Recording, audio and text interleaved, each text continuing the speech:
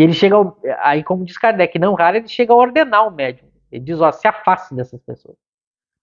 E o médium, como está fascinado, acaba por obedecer o, o espírito. Então vejam, espírito que não gosta de ser questionado, criticado, analisado, refletido, é um espírito que não é bom. E o médium não pode ceder e obedecer esses espíritos. Não pode. Porque os espíritos bons, se eles dão comunicações e orientações e não são ouvidos, como eles são espíritos superiores, quando eles não são ouvidos, eles fazem o que? Eles se retiram. Porque quem perde somos nós, de não ouvir os espíritos bons. Eles não perdem nada. Então eles deixam, porque eles respeitam a nossa livre escolha, a gente não ouve eles, eles deixam. Claro que o momento que a gente retomar a vontade de ouvi-los, eles vão estar sempre disponíveis. Mas eles não insistem. Os maus, sim. Eles insistem e eles não querem que critique. E se começar a haver muita crítica, eles tratam de fazer com que o médium se afaste dessas pessoas. E aí Kardec diz, todo médium que se melinda com a crítica, ele faz eco do espírito que está o dominando. E a gente pode hoje estender nos dias de hoje às pessoas que também são fascinadas e que estão na volta do médium, né? Notem que as pessoas, por que essas pessoas elas se ofendem com quem está criticando a obra do espírito que elas gostam? Porque elas também estão sendo fascinadas por esse espírito. Elas fazem parte de um grupo de pessoas que são enganadas por esse espírito.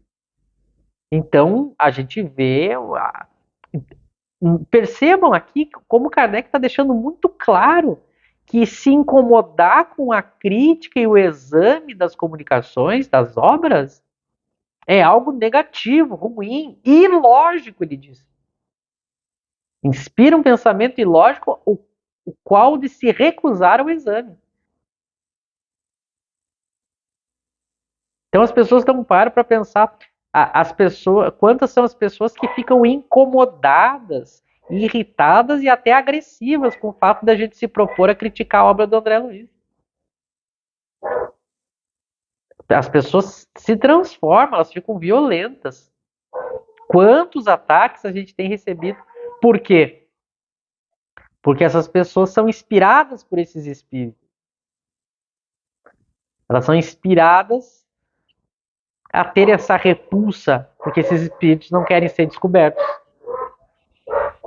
Então, sempre quando a gente se incomodar, quando a gente se incomodar com o exame das comunicações,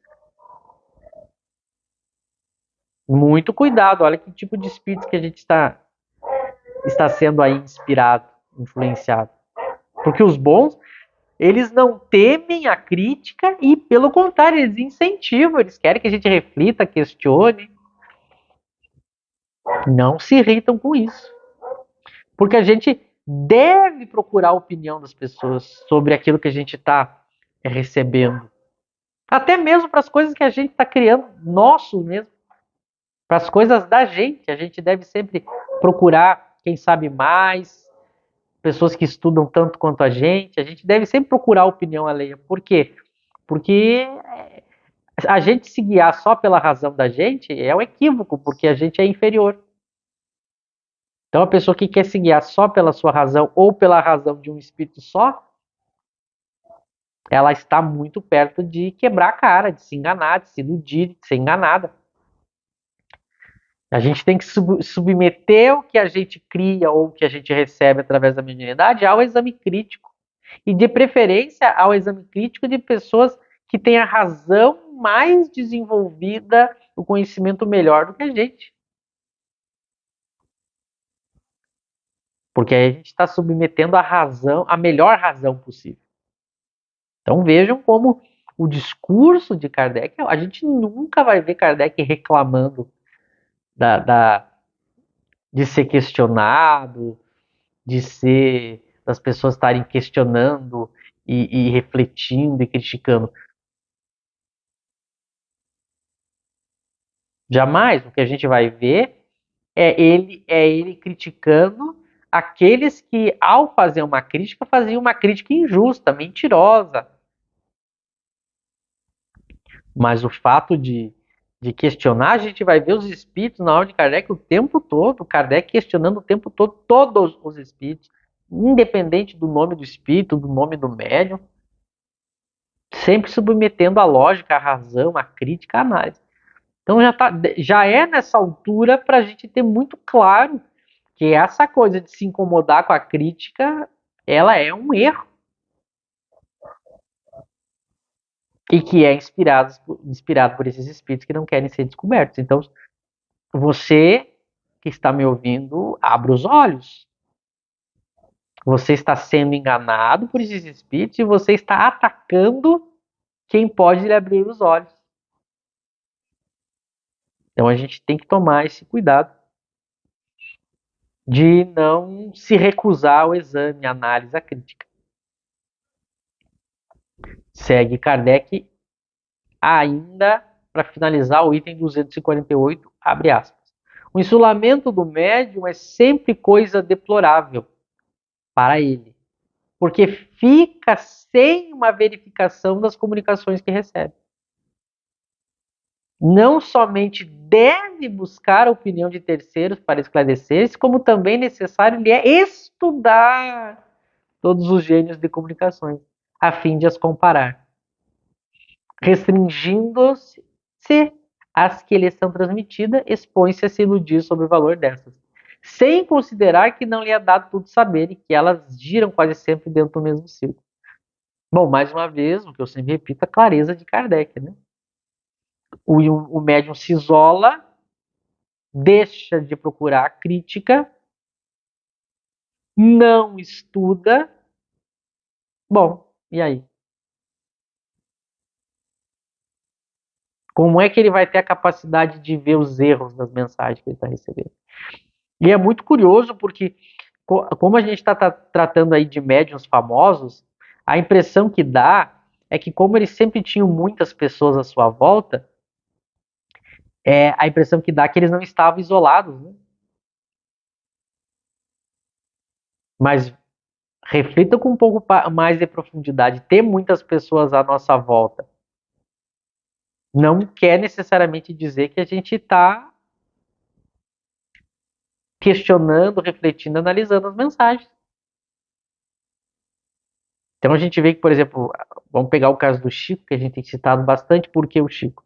Porque é o médium mais tratado, falado, e é o médium que recebeu a obra nosso lar que a gente está avaliando, né?